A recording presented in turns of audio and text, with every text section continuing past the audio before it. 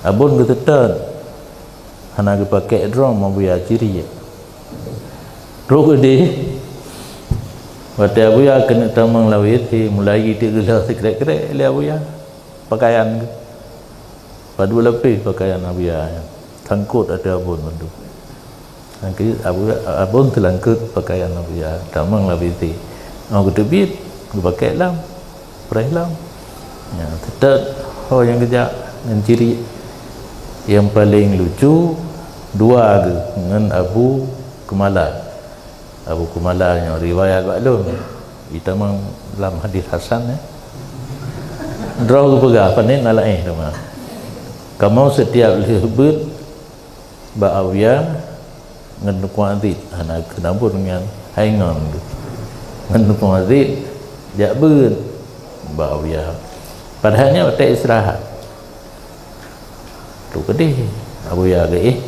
oh katruk kateduk di niding belah nendro rawi jero oh katruk gebet makni pun jauhar maknun pubit harga kitanya untuk baca uke awiyah anak kita baca bit dijelaskan lagi yang tulis anak kita dijelaskan lagi yang tulis kadang-kadang hana habis tengok han gue kalau lagi katanya tak pernah tengok taminah juga kan kasih tengok karena buya kan kalau tanya nak balik lah tambung balik kena tambung lah mana urunyan karena mata hai tenli begitu geblut kan normal menteng baca doa nyon nilai doa baca doanya doa yang abun baca waktu selesai pengertian kan yang doa baca yang kedua berkat hak itu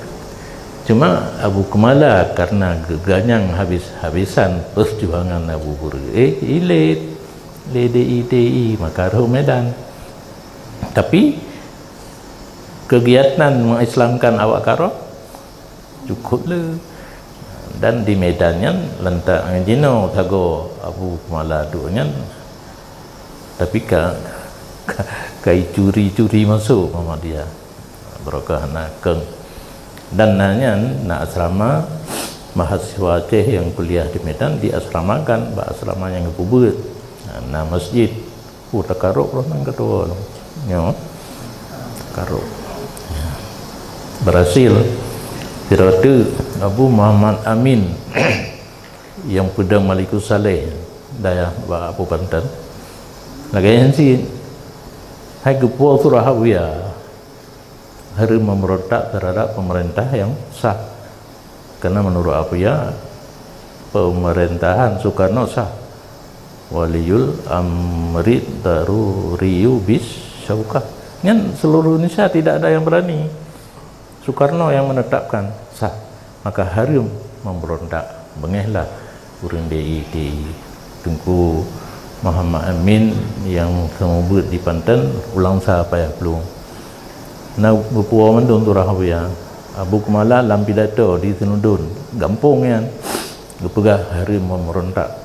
Abu Kumala pidato na panglima ngam pedeng luar ni ring tapi lalu cik payah puplung di Nokpok di awak di payah puplung relaut di Medan yang soal jika ditanyai orang kita Abu Kumala urang Tenudun pakat Medan Abu Kumala urinang umi urang Kumala ka dia ke Abu Kumala ada dia Abu Zinudun